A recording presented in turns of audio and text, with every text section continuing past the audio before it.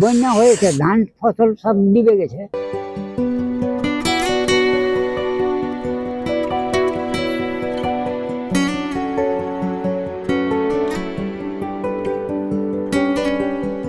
বন্যার পূর্ব থেকে পরবর্তী পরিস্থিতিটাই খুব সিরিয়াস রূপ ধারণ করে।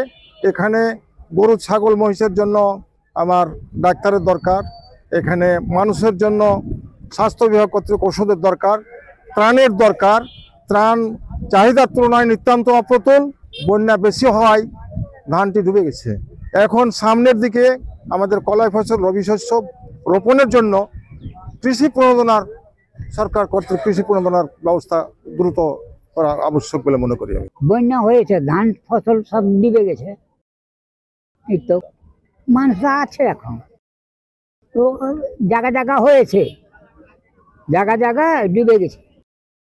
বসুন্ধরা টিস্যু, অশুদ্ধতার বিরুদ্ধে এক বিন্দুও ছাড় নয়। বন্যার পরিস্থিতি এখন খারাপ, বুঝেছেন, কমতেছে, কিন্তু মানুষ আশ্রয় নিয়ে আর কি অন্য জায়গাতে চলাফেরা করছে, কিন্তু ডিঙিটা আবার ছেড়ে দিয়েছে, দিয়ে এই অবস্থায় আছে মানুষের যেগুলা চলাফেরা সেই অবস্থায় আর কি চলতেছে, কিন্তু খাওয়ার একটু অসুবিধা হয়েছে, খাওয়ার চলাফেরার অবস্থা হয়েছে। ভাঙনের অবস্থা কমেনি, আমাদের বন্যা কমেছে কিন্তু ভাঙনের কবল হলে আমরা রক্ষা পাচ্ছি না।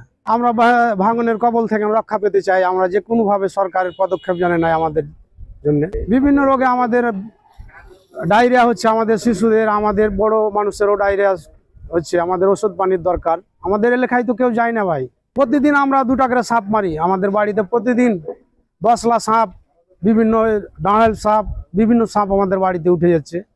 বন্যার পানিতে ভেসে আসা ভারতনে রাসেল ভাইপার, বিভিন্ন পোকামাকড়ের খুব উপদ্রব আমাদের।